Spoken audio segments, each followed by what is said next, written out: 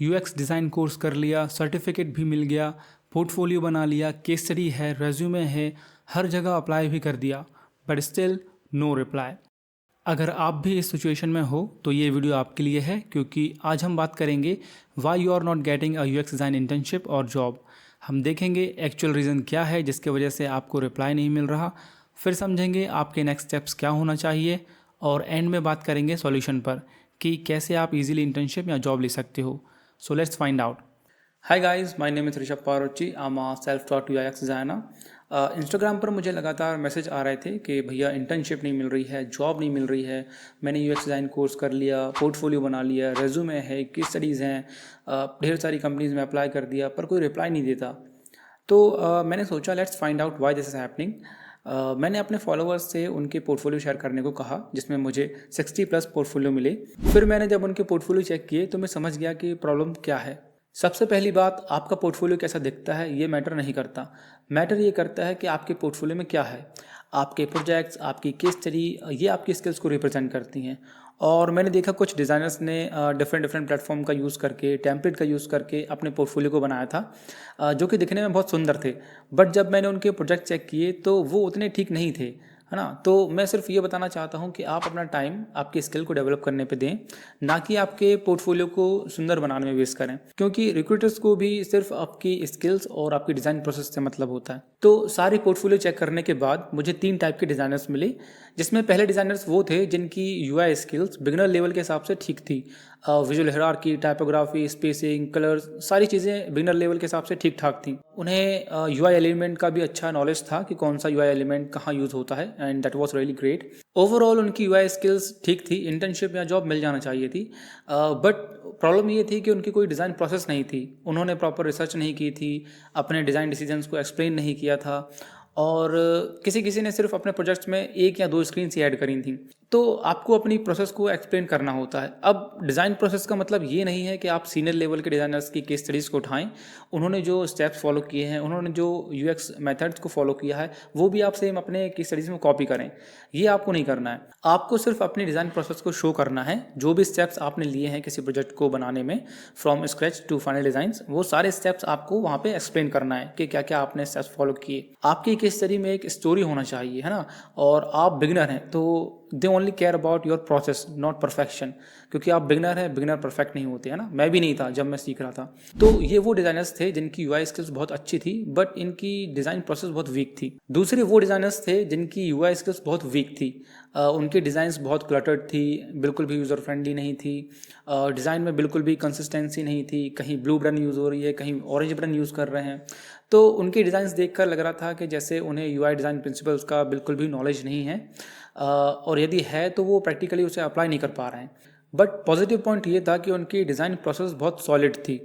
उन्होंने proper problem statement को mention किया था, और बिगनर लेवल के हिसाब से प्रॉपर क्वालिटेटिव क्वांटिटेटिव रिसर्च की थी, और उनके क्वेश्चंस भी बहुत अच्छे थे। जो कॉम्पिटिटिव एनालिसिस उन्होंने किया था उसमें जो अवेलेबल अदर प्रोडक्ट्स हैं मार्केट में, उनकी स्टडी उन्होंने बहुत अच्छे से की थी।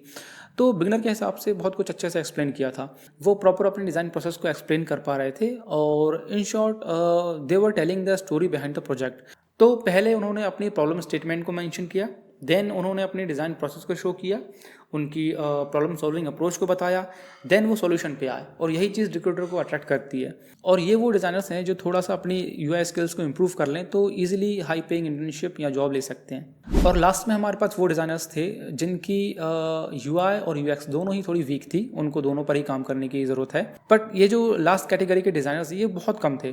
तो ये सब फाइंड आउट करने के बाद जो एक्चुअल प्रॉब्लम हमें मिली वो ये है कि हमने यूएक्स डिज़ाइन कोर्स कर लिया, बट हमें basic design principles, UX law, इनका नॉलेज नहीं है, और यदि नॉलेज है तो हम इन्हें प्रैक्टिकली अपने डिज़ाइंस में अप्लाई नहीं कर पा रहे हैं। और ऐसा आपके साथ ही नहीं हो रहा है। जो 99% बिगिनर डिज़ाइनर्स होते हैं ये प्रॉब्लम फेस करते हैं, क्योंकि सबको डिज़ाइन प्रिंसिपल सीखने में समय लगता है, और ये हम जब सीखते हैं जब आप अपने डिज़ाइंस में इन्हें अप्लाई करते हैं, ना, जब प्रैक्टिस करते हैं। और प्रैक्टिस करते करते आप इन्हें कब सीख जाते हैं पता नहीं चलता। Always remember, practice makes a designer perfect. तो अब सॉल्यूशन क्या है, हम कैसे अपनी स्किल्स को इम्प्रूव करें। So I will say do not rush, enjoy your journey. आप अभी सीखें, अपनी लर्निंग पे फोकस करें, और अगर आपने अपनी स्किल्स को इम्प्रूव कर लिया तो आप जॉब के पीछे नहीं, जॉब आपके पीछे भागेगी। So now I am thinking to create 2 playlist, और एक प्लेलिस्ट में हम सारे UI डिज़ाइन प्रिंसिपल्स को रखेंगे, और 1 बाय 1 हम सारे UI डिज़ाइन प्रिंसिपल्स को प्रैक्टिकली सीखेंगे, रियल डिज़ाइन पे अप्लाई करेंगे, और एक बार में सिर्फ एक ही डिज़ाइन प्रिंसिपल सीखेंगे, जिससे आपको समझने में आसानी होगी और आप भी अपने डिज़ाइंस पर उसे अप्लाई कर पाएंगे। तो इस प्लेलिस्ट में हम सीखेंगे कि विजुअल हायरार्की क्या होती है, स्पेसिंग, अलाइनमेंट, कॉन्ट्रास्ट, कलर कैसे चूज़ करें, टाइपोग्राफी, सारी चीज़ें हम स्टेप बाय स्टेप सीखेंगे। सेम विथ UX साइड, एक प्लेलिस्ट हम बनाएंगे UX के लिए, जिसमें हम UX डिज़ाइन प्रोसेस को समझेंगे कि कैसे एक प्रोजेक्ट को स्क्रैच से स्टार्ट करते हैं, क्या स्टेप्स होते हैं, कैसे रिसर्च करते हैं, कितने टाइप की रिसर्च होती हैं, और सारी UX मेथड जो हम अप्लाई करते हैं जो प्रोजेक्ट में, वो कब यूज़ होती हैं, क्या होती हैं।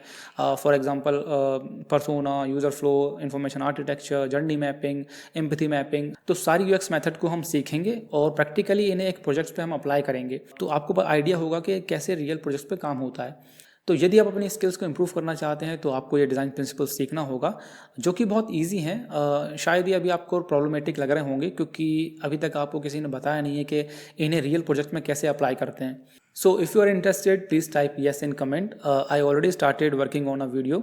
मैं एक वीडियो पर काम कर रहा हूँ जिसमें हम सीखेंगे कि विजुअल हायरार्की क्या होता है, इसे कैसे यूज़ करते हैं, और कैसे शेप, साइज़, कलर्स में चेंज करके इसे हम अपने डिज़ाइन पे अप्लाई कर सकते हैं। तो ये वीडियो बहुत इंपॉर्टेंट होने वाली है। सो ये जो कुछ आने वाली वीडियोस हैं, अगर इनको आपने ध्यान से देख लिया तो आपको इंटर्नशिप और जॉब बहुत आसानी से मिल जाएगी, और आप जो क्राउड है डिज़ाइनर्स का, उसमें अलग ही स्टैंड आउट करेंगे। तो ऑलराइट गाइस, इस वीडियो को यहीं पे एंड करते हैं। See you in the next video.